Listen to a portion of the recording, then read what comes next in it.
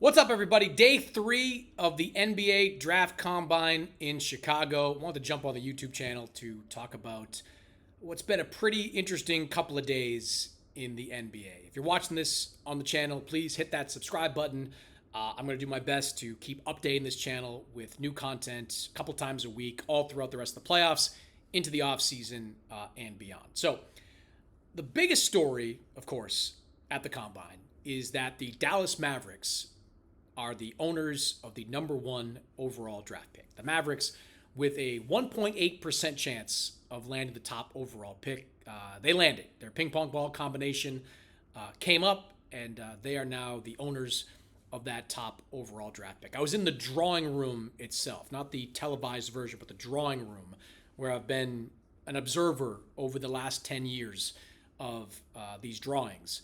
And there was just a palpable sense of shock in that room that the Mavericks got the number 1 overall pick. Not just because of the 1.8% chance, which is wild. I think it's the 4th worst odds to land the number 1 overall pick in league history, but because of the narrative, right? Like the Dallas Mavericks trade Luka Doncic in February. In May, they get the number 1 overall pick and presumably the rights to draft Cooper Flagg. I will say this. Conspiracy theories, don't bother. Like I said, I've been watching the lottery drawing for the better part of a decade. It is on the up and up. There is, in my opinion, no possible way of rigging the NBA draft lottery. You have lawyers in the room. You have an observer from Ernst & Young in the room. You have half a dozen or more media members observing in the room. The whole thing is filmed.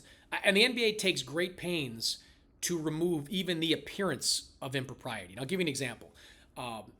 When the ping pong balls are tossed into the machine, which is really just a giant water jug that has air flowing through it to make it bounce around, they are selected one at a time every 10 seconds.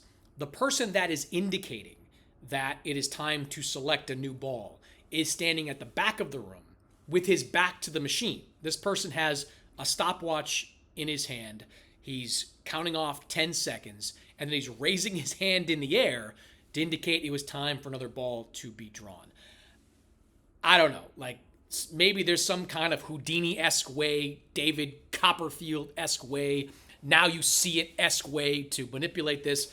I just don't think it's possible. I think what happened is just the luck of the draw for the Dallas Mavericks. They got lucky in the same way years ago the Chicago Bulls got lucky when they landed Derrick Rose. It just happens sometimes, and the Mavericks are beneficiaries of it. But what a moment for the Dallas Mavericks. Trade Luka Doncic, have a bunch of injuries, fall into the play-in, actually win a play-in game, go into that play-in final against Memphis, where if they beat Memphis, they are not in this position. They're not in the lottery. They're in the playoffs, likely getting smoked by Oklahoma City in the first round. Instead, they get the number 1 overall pick, and I don't think there's any doubt that they're going to draft Cooper Flagg. There's been some chatter about, a potential trade. Giannis, who we're going to get to in a moment, is out there on the table. I think the Mavericks, with a chance to get an 18-year-old phenom, and that's what Cooper Flagg is. I think he is, a perennial all-star, all-NBA level talent who's going to have a very long NBA career. I don't think they pass up on that opportunity, nor do I think they should. I actually think Cooper Flagg, even though he's 18 years old, has a chance to step in and help this team right away. And if you think about it, that front line, Derek Lively, Anthony Davis, Cooper Flagg, that's exactly the kind of front line the Mavericks have been looking for. Long, athletic, elite defensively. That's the kind of team that Nico Harrison has been hoping to put together. So I think on draft night, you're going to hear Cooper Flagg drafted first overall.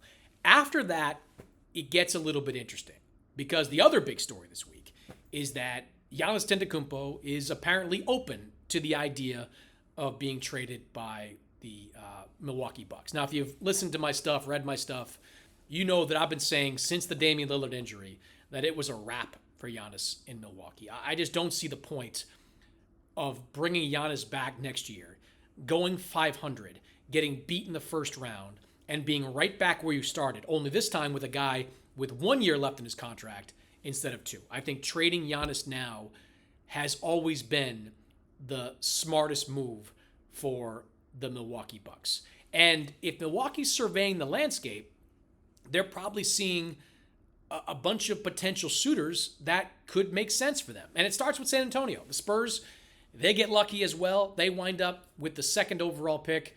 Most people in Chicago that I've talked to have said that Dylan Harper, the guard out of Rutgers, is the clear consensus number 2 guy in this draft. The Spurs don't really have a need for a Dylan Harper. They've got De'Aaron Fox, who they just traded for, about to make a big investment in. They've got Stephen Castle, had a strong year last year for them as a rookie. They've kind of got their backcourt in place. And yeah, you can, there's always a need for more talent. If you draft Dylan Harper, you're not going to be disappointed. But I think this is a chance for them to trade away a potential star if it gets them back a star that is going to put them in a position to win sooner rather than later. And if you're Milwaukee, trading Giannis is tough, but if you can get the number 2 overall pick, draft a Dylan Harper, also get guys like Keldon Johnson, get guys like Devin Vassell, get a bunch of other draft picks back from San Antonio as well, that's not bad. In fact, that's pretty good. So you've got a chance there with Giannis. I think the other team to watch in all this is going to be Oklahoma City. Now, I know Oklahoma City probably has its reservations about shaking up its roster, but when I look at the Thunder, and look, as we record this second round series is still going on, if they wind up getting beat in the second round, or if they wind up getting beat in the conference finals, I think there's going to be some pressure on them to make a substantial move. Look, the Western Conference, because of the lottery, just got a lot better. Dallas eventually is going to be better. San Antonio, whatever they do with that pick, they're going to get Wemby back. They're going to have Fox with him together for a full year.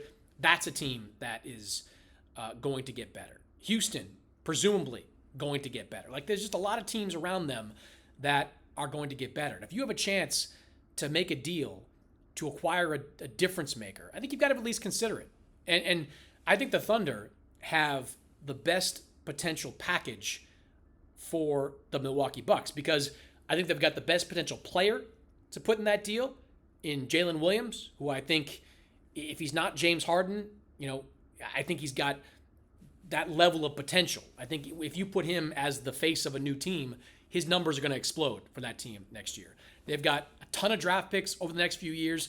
They've got Isaiah Hartenstein's contract, which they can deal. To me, they're interesting.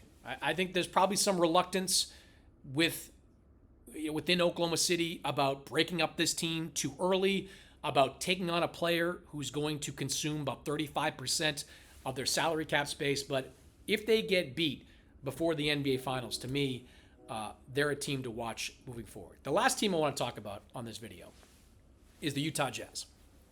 So the Utah Jazz had a tough night. They were one of the teams with the best odds, 14% chance odds of landing the top overall pick. They don't get it. They wound up drafting 5th. That's a gut punch to Utah because of all the teams that are out there, including Washington, including Charlotte, including Brooklyn. This team needs a star the most. Like, that's not a team that's going to attract top-tier free agents. You could always trade for one, but that's sticky in its own right. They needed to draft the next great player. They wanted Cooper Flagg badly. They're not going to get him. So that's tough for Utah. But I think Utah has an opportunity here to go after the next best thing. And the next best thing to me for the Jazz is Ace Bailey. I don't think they're obviously not going to get Flagg. I don't think they're going to be able to move up to number 2 to draft a Dylan Harper. But Ace Bailey could be sitting there at number 3. There are questions about Ace Bailey. How he measured in, I think some teams were a little surprised by that. He didn't have the most consistent year last year at Rutgers, but if you watch this guy at his best, he is a big-time shot maker with the highest ceiling of any of the guys that are going to be left from number 3 on. And if you look at who's sitting there at number 3, the Philadelphia 76ers, they don't have a huge need for Ace Bailey. What they could probably use is that 5th overall pick plus a few other draft picks, 1 or 2 other draft picks that they can use to package in deals down the line. Daryl Morey is one of the great wheelers and dealers in the NBA. That's a team I would be burning up the phone lines to talk to. Because, look, I don't know if Ace Bailey is a surefire franchise player, but if they wind up sitting at 5 and drafting a VJ Edgecombe or a Jeremiah Fears or somebody on that tier, I think it's going to be a disappointment. I think they need to take a swing at the next franchise player. And I think Ace Bailey, if anybody left on the board, has that potential. So, look, Ryan Smith, the owner of the Jazz, was out there doing a lot of interviews over the last couple of days, talking about all the assets the Jazz have. He's got to go out there and use them. He's got to make a big play for a young piece that can be the centerpiece of this rebuild in Utah. It's a risk. I get it, but the ping pong balls didn't go their way. They're sitting there at their number 5. They cannot draft at number 5. If they drafted number 5, I don't think they're going to be able to get the franchise player that they need. If they move up to number 3, they give themselves a shot to go and do it.